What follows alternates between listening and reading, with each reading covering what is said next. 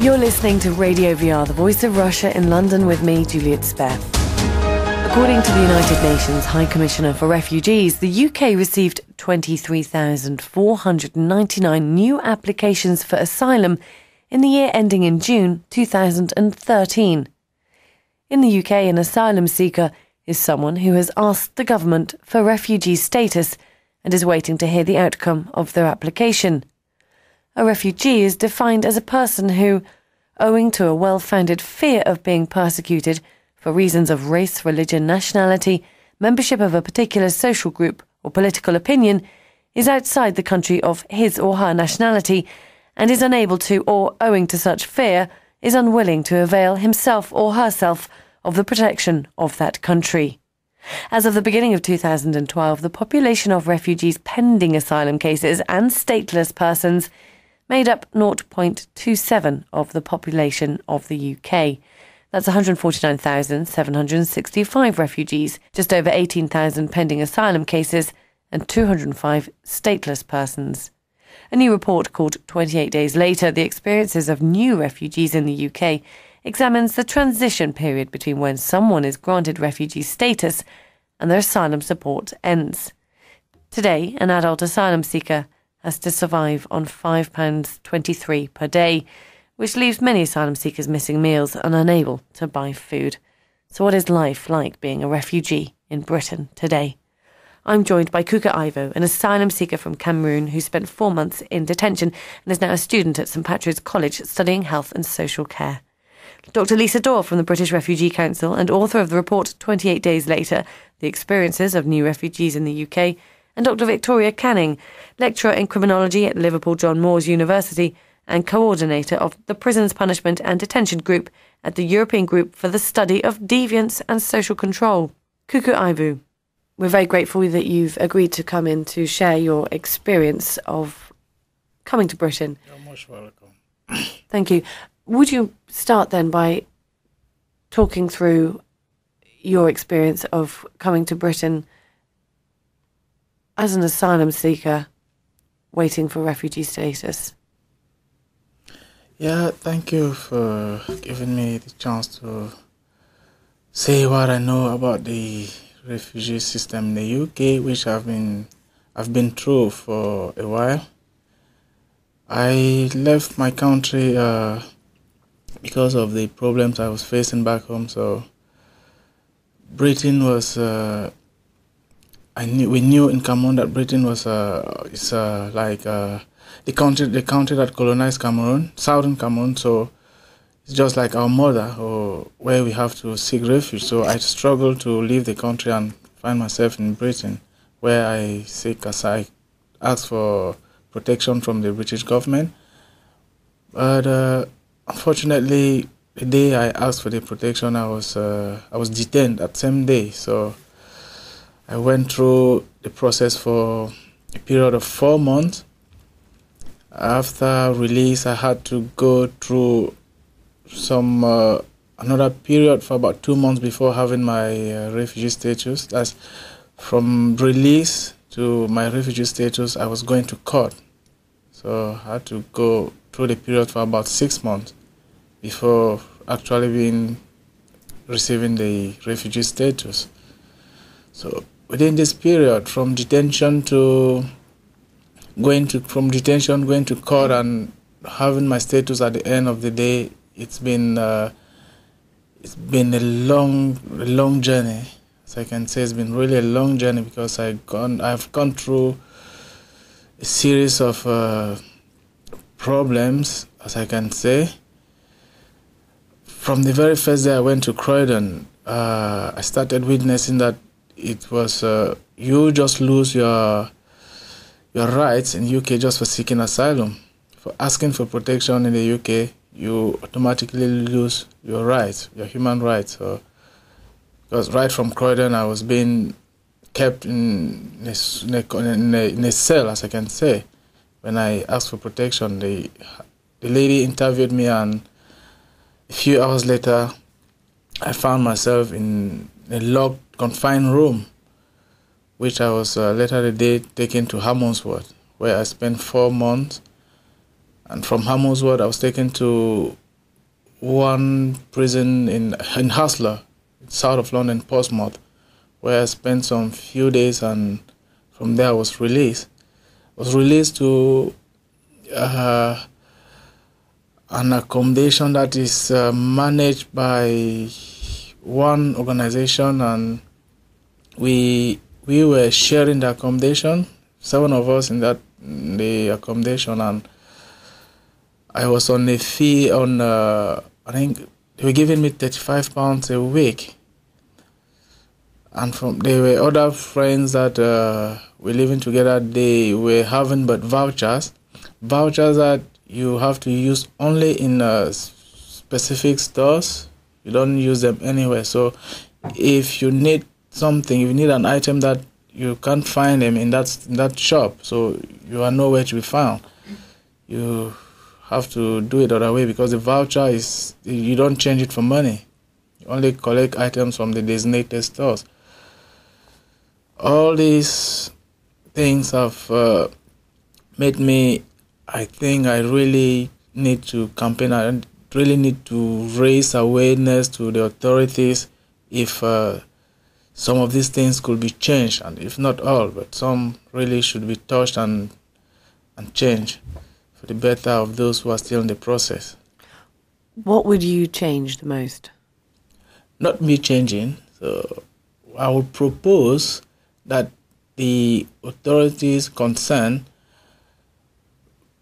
just a recap, a fortnight ago there was a strike in Hammersworth, and the detainees were striking that the fast track process should be abolished, and that's the serious issue about this the detention process, the fast track process. You are being placed in the fast track process. You have no time to produce any evidence to support your claim. The duty solicitor in charge of your claim has no time to study your claim. So there's that confusion that at the end of the day, the determination of a claim is not just. So if the fast track process is abolished, that would be good for any person seeking asylum in the UK, any person seeking refuge in the UK. Shouldn't be put in the detain fast track. There should be alternative measures in place of the detain fast track. And what was day-to-day life like in the detention centre? My first day in detention, I wept because I've been in prison first in Cameroon, my home country, and when I discovered that I'm in detention here, I just started thinking of what was happening back home when I was in prison. So I thought all those type of things would happen to me. So I was really, really depressed those times. But I met friends who've been there for some time. I came in contact with new friends, and I had to ask them how they've been living in detention. They explained certain things to me, how they go through. So what really made me go through this was that determination to achieve my my protection, to go right up to the end. So I had that zeal, I had that determination to fight right up to the end. So I engaged myself in doing some sports in detention that kept me up. I applied to work in the kitchen. That throughout the day I was busy, so I had no time to be thinking too much about it. The only time I used to think about all those negative thoughts, all those things, were when I come back to my room at night. I'll start thinking, what will happen? Are they going to remove me back to Cameroon? Those were the hard moments. But for day-to-day life, I will go to the gym, come back, go to the restaurant, help in preparing the food for the detainees, come back from the restaurant, go to gym, and in the evening I go back to my room. That was my daily life. But what I saw there from other detainees who don't have that, they don't think like me. They were really, really depressed, and the bad thing was we are mixed with criminals. Not only asylum seekers are in detention, there are hardened criminals that are there, and there are children. There are youngsters that are amongst us. So I begin to think, what will this child learn from a hardened criminal? You see, in a room, you got 3 beds there. You have a criminal in that room, and you have about a child of about 17, 18, 19 years in it. What example will he learn from that criminal? So the outcome of it at the end is not good, really. So I witnessed this case. A detainee from Sri Lanka was to be deported. The following day, we were at the playground, and he just got up, went to the wall, and hit his head on the wall. The head just opened, and blood started oozing out. All those type of things. Witnessed fighting in detention. I myself, I've been attacked in Hammondsworth at 2 times. Because I managed to escape from all those type of things, but for a day-to-day life is not good at all in the detention center. Lisa Doyle, you're author of this report, 28 Days Later, The Experiences of New Refugees in the UK. How familiar a story is Kuka's there to you? It's incredibly familiar. At the Refugee Council, we have grave concerns about the use of immigration detention. Seeking asylum is not a crime, and there is no way that people should have their claims processed whilst being incarcerated. We have substantial concerns about the detained fast-track process, where we believe, as was just explained, that people don't have enough time to get the evidence together that they need to show that they are at risk of persecution if their asylum claim is not successful. And we need to think about the decisions that are made on people's asylum claims. These are life and death decisions. This is not just a normal administrative process about whether someone should get some money or those kinds of things that are often made by officials who work for government. If you get a decision on an asylum claim wrong, then that can result in someone being removed and being at risk of persecution, torture, death on return to their home country. And we feel that you can't have space to have your asylum claim heard fairly in an accelerated process. What's the benefit of an accelerated process for the government, though? The government's rationale for having detained fast track is that it's for cases they believe are easily resolvable. There are people from particular countries that go through, but the grant rate, the refugee grant rate in detained fast track is minuscule compared to that on asylum claims in general. So we don't know whether people are entering detained fast track because they're more easily removable. And I think that could be an argument that they think that these should be straightforward. We know the situations in these countries of origin, and therefore we can resolve the asylum case really quickly. But no 2 asylum claims are the same. It's complex. It's difficult to evidence that you personally are subject to persecution and risk on return to the home country. So detained fast track simply doesn't work. How, when you say they say easily resolvable asylum claims, I mean, what do they deem are easily resolvable? It's an interesting question. I think it's around what types of evidence they might think they will be able to have more readily at their fingertips. There are certain countries where few asylum claims are successful, so people may be pushed through detained fast track through that process. But our argument is that they're prejudging people's asylum claims. You cannot, on the face of someone showing up at Croydon and saying, I wish to claim for asylum, giving some answers to some very basic questions about where they've come from, what they're fleeing, and some basic demographic information, that the Home Office simply cannot say whether one case is more resolvable than another without the evidence being got together, without someone talking to their legal representative and being able to show their case properly. You mentioned, Kuka, about the detention centres almost being like a prison, and you shared with a hardened criminal or children, albeit teenagers. Yeah, and there was, I've got some figures in front of me that says in 2012, 222 children were detained in immigration removal centres, with 156 being under the age of 11. I'll come to you now, Dr. Victoria Canning. What legacy is this level of detention having on children? And I know you've done some reports specifically looking at women in detention centres.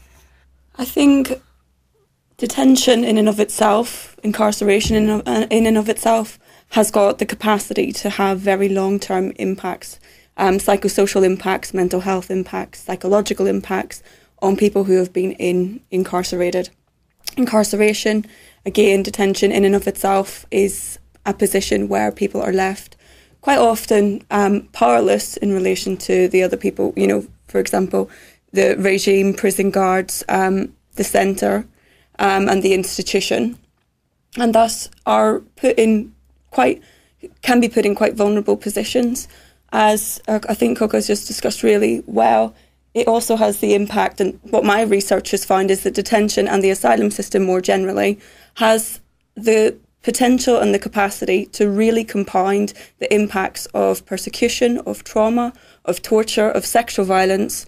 And as Women for Refugee Women's recent report has just shown, the violences, as Kuka has just discussed, assaults, for example, in detention centres, and verbal abuse or the threat of abuse, or even the memory or fear or re-traumatisation of abuse that has previously happened in detention. And if we keep in mind, in relation to torture, quite often when torture is perpetrated, it is perpetrated in detention, in incarceration, in people's countries of origin. So therefore, there's the capacity for long-term impacts of detention on women, men, and children who are incarcerated in this country, with criminal charge, but also in this case, without criminal charge. People who are in detention, in prison, without criminal charge, in what is supposedly, a democracy. Do people in Britain really understand then the asylum system and refugee process? And would, there are articles that are written and documentaries, but did you, Kaku, feel isolated, or did you feel that anyone in Britain understood where you were living or what situation you were in? I got a caseworker that my case was attributed to him. So that person represented the Home Office, and he judged my case. He saw that my case was not founded. My case was not had no ground. I had no evidence to support my case, and he said, "No, you are not. You don't qualify to be given the refugee status." That was a person, a caseworker. And I finally discovered that if this caseworker is acting in the name of the Home Office and he judges that I doesn't qualify for protection, it therefore means that the UK government does not accept me as that my case doesn't qualify as well. So I knew the government doesn't look into my case properly. I'm not pointing a finger at that particular person, but it's the government, because that caseworker stands there for the government. So I knew I was left alone. So I had to touch various angles. I touched Amnesty International. I wrote to Amnesty International. I wrote to medical justice, because I had medical issues as well that were not. The doctor in detention center didn't rely on that. So, and that's an issue at the detention center, the healthcare. They don't really take health issues in detention seriously. Just about a month ago, a lady died in Yazwood, a Jamaican lady who was complaining that evening that she wasn't feeling well, and they gave her paracetamol and sleeping pills. She passed away the following day. So all those type of things. I was in detention, I was complaining what I've gone through, and all. They did not take me serious until I had to involve medical justice in the issue, and they sent an independent doctor to check me up, and they discovered that really I needed a surgery, which I went through that surgery and went through it again. I went through that particular surgery 3 times just to see the gravity of the problem that I had, which the doctor in detention did not take serious until an independent doctor came in, diagnosed the problem, and said I needed surgery. So health issues in detention is a problem. They don't care about it. When you complain, they give you paracetamol and that's it. You were agreeing there, Dr. Canning, and you were writing something down. Is that the experience that you've seen in working with women in detention centres? Yeah, I think it is. What I was actually nodding with is that I think one of the key issues is there's a dissociation between what is happening outside of this country in conflict areas and areas of persecution and what is being recognised in relation to asylum and refugee lives in the country. I think there's a dissociation more generally in relation to the public, and that can probably be related back to some of the myths and misrepresentations in the media, for example. But also, we see very individual stories of people who arrive in the UK seeking asylum, but I think there's that kind of gaze at an individual without recognising that this is an individual story, but while it's unique, it's not unrepresentative of what other people have been subjected to or the kinds of violence that people experience in relation to persecution in countries of origin. So I think that's one of the key issues, and possibly as well in terms of the consciousness of people who are working in detention centres or people who are working with as caseworkers with refugees as well more generally. What legacy is the current policy on immigration, asylum seeker status and refugee status, and the fast tracking of asylum seeker claims and the detention of children, vulnerable women, and the misunderstanding of actually what an individual has gone through in their country? What I want to really, if you can sort of paint just a picture of what it is in Britain today, what people really don't understand, and with continued detention centres and the continued approach from asylum seekers to Britain, are we going to have in this country just an underclass of stateless citizens who have no rights and have no recourse to anything? Well, how do you see this, Lisa Doyle, from your organisation?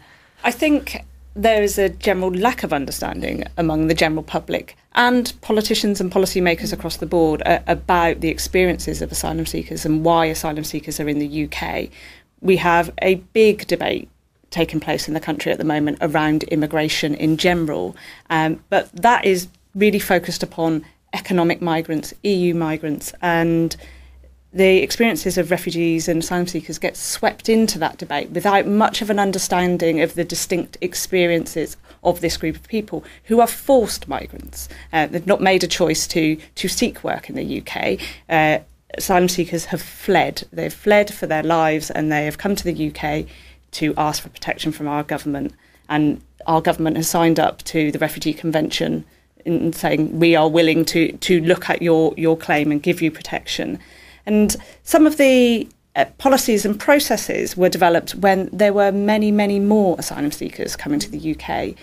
The numbers have dramatically dropped over recent years, although we could argue that conflict has not across the world. But those who reach our shores to ask for protection has gone down, and some of these processes were designed at a point where the public discussions and political discussions about asylum were much more hostile than they are currently. And therefore we have a legacy of some processes like the Detain Fast Track, which are focused on speed and on the desire to get people processed and out or in, and making sure that people leave the country if their asylum claim hasn't been successful. But there is a third of negative asylum claims that are overturned on appeal, and we need to think about whether the process is fit for purpose and does take seriously asylum seekers' need for good legal representation to bring together the evidence to show I am at risk, because as I've said previously, the consequences of getting these decisions wrong could be horrendous for individuals if they're returned. But that's going to be harder and harder with the cuts to legal aid, is it not? Sure.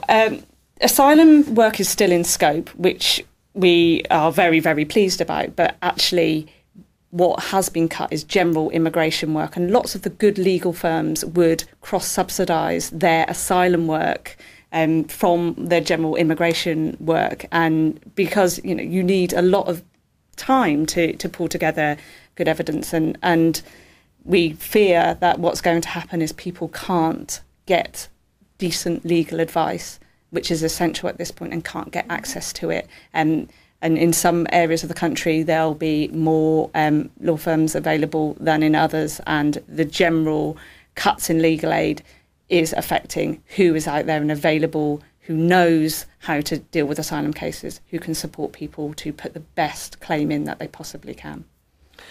Yes, and we'll have a final point from you, Dr. Canning. Just going back to the original question, I think we can turn that question on its head and just say, well, at what stage or at what point do we think that people fleeing persecution could be helped by the system the way that it is now? And of course it can't.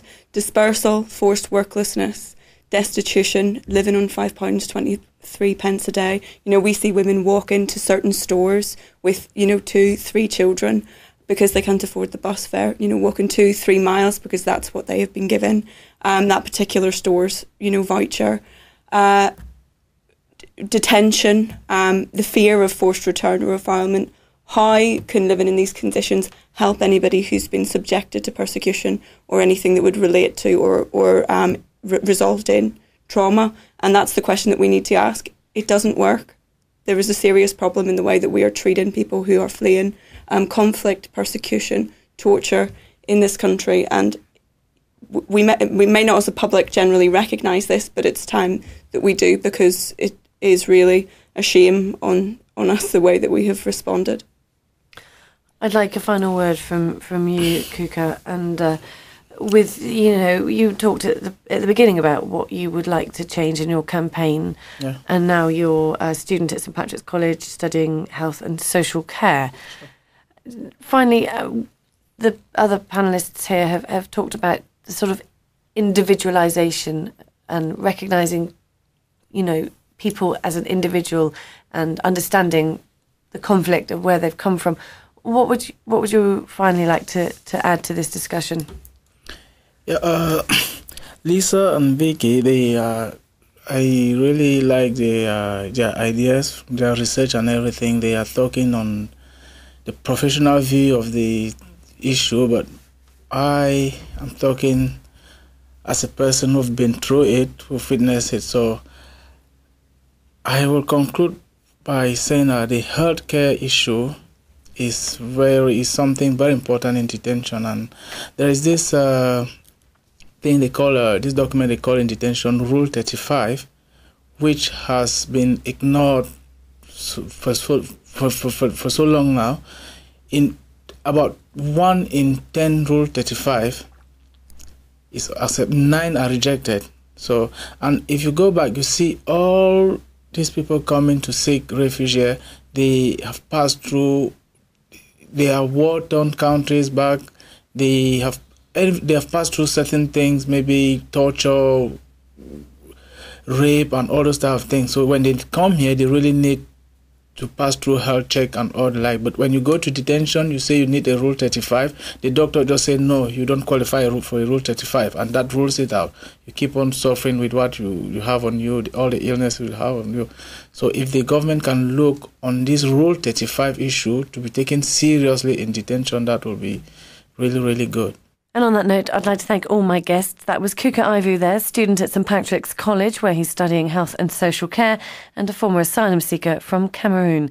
And Dr. Lisa Doyle from the British Refugee Council, and Dr. Victoria Canning, lecturer in criminology at Liverpool John Moores University.